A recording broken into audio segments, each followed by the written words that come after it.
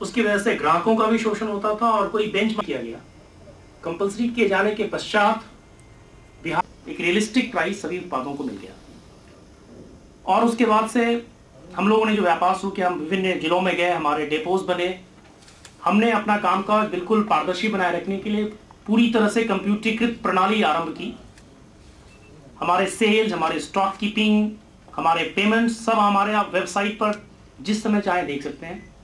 किस विनिर्माता से हमने कितना लिया, किसको कितना भुगतान किया, किसके क्या स्टॉक हमारे डेपोज में है, किस डेपो में कितने हैं, कितनी टूट फूट होती है व्यापार के क्रम में रखने में, उठाने में, ये सारी चीज़ें आप हमारे वेबसाइट से देख सकते हैं। हमारी वेबसाइट का आईडी है www.bsbcl.biz.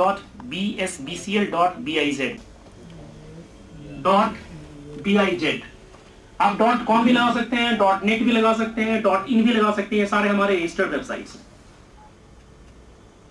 इस पर हम रोज पारदर्शिता के हिसाब से रोज हम बताते हैं सप्लायर्स को कि उनकी बिक्री क्या हुई है, उनकी क्षति क्या हुई है, उनके कितने स्टॉक, अपने खर्च पर, अपने नुकसान पर हमारे डेपोज में अपने उत्पाद रखते हैं और प्रत्येक सप्ताह जो बिक्री होती है उनके उत्पादों की, उस बिक्री के हिसाब से हम प्रत्येक सप्ताह के बुधवार को उनका भुगतान कर देते हैं। हमारा पेमेंट बिल्कुल ही टाइमली होता है और हम इस बात को सुनिश्चित करते हैं कि प्रत्येक सप्ताह भुगतान हो जाए। अगर कुछ पेंडिंग इश्यूज होते हैं स्टॉक रिकंसिलिएशन वगैरह के, तो क्वार्टरली अरियर हम पेमेंट करते हैं। हमारे अपने ऑडिटर्स हैं, हमारे हर डेपो में एक हमारा इंटरनल ऑडिटर है जो चार्टर्ड अकाउंटेंट होता है।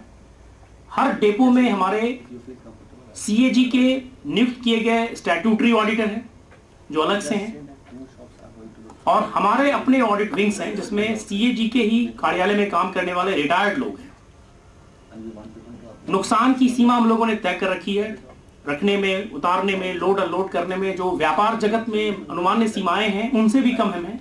फॉरेन लिकर में 0.1% हम लोगों ने नॉर्म रखा है और बियर में 0.01%।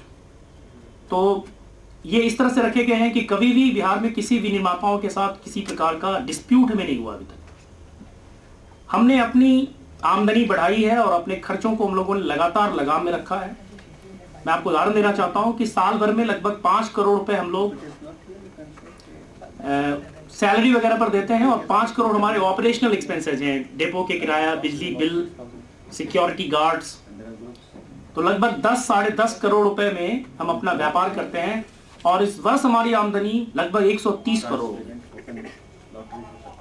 तो बाकी सारे पैसे इस आमदनी में हमने जो ड्यूटी सरकार को, एक्साइज जो लाइसेंस फी हमने पे की वो मैंने नहीं जोड़ा, ये सरकार को स्पेशल प्रिविलेज फी के रूप में चली जाती है।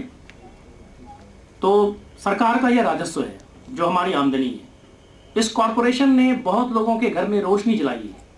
जो ऐसे निगम थे जिनके जो मृत प्राय है या जो विघटित किए जा चुके हैं, जो विघटित होने वाले हैं, जहां भुगतान नहीं मिल रहे थे, ऐसे लोगों को हम लोगों ने इस कॉरपोरेशन में नौकरी में रखी है और इन्होंने मिसाल कायम करते हुए जबरदस्त मेहनत की। हमारे डेपो सुबह 8 बजे से लेकर रात के 11, साढ़े 11, 12 बजे तक खुले रहते हैं।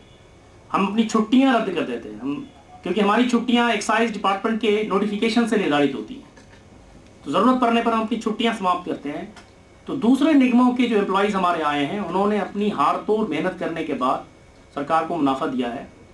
पहली बार हम लोगों ने सरकार को 30 करोड़ रुपए का स्पेशल प्रिविलेज फी दिया था। दूसरी बार हम लोगों ने करीब 72 करोड़ रुपए का स्पेशल प्रिविलेज फी दिया और इस बार मुझे पूरा यकीन है कि कम से कम 120 करोड़ रुपए का स्पेशल प्रिविलेज फी हम लोग विभाग को देंगे। हम जो लाइसेंस फी देते हैं होलसेलर्स के लिए, उसके अलावा हमारे अकाउंट्स बिल्कुल ही अपडेट हैं। हमारे यहाँ CAG की ऑडिट जब स्थापना हुई थी उस समय हो गई थी। CAG की ऑडिट हमारे यहाँ सबसे पहले जो स्थापना हुई उसके 1 साल के अंदर जितने सारे इश्यूज थे सब क्लियर्ड हैं। हमारे अकाउंट्स 2007-8 तक फाइनल हैं।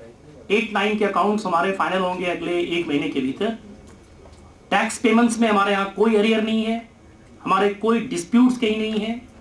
1-2 जगह पर जहाँ किसी प्रकार की अनियमितता की शिकायत आती है वहाँ बहुत ही निर्ममता से काम करते हैं। FIR लॉस करने की बात हो, रिकवरी की बात हो, वो हम करते हैं।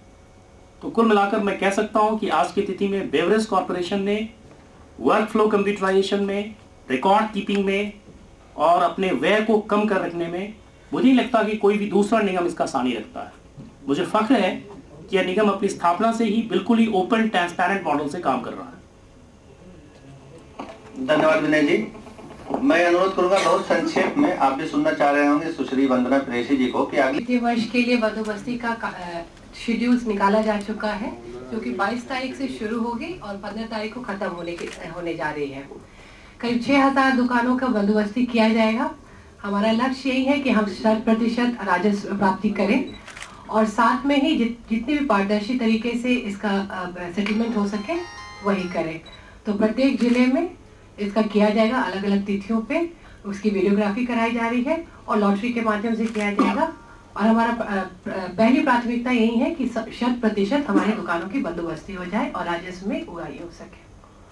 उसके पश्चात हम लोग अपने जो, जैसा कि सर ने बताया कि आने वाले समय में और भी सघन छापामारी की जाएगी, अवैध शराब के बिक्री पे रोक लगाई जाएगी और जो मद्य निषेध की जो प्राथमिकताएं हैं उसको भी हम लोग करेंगे।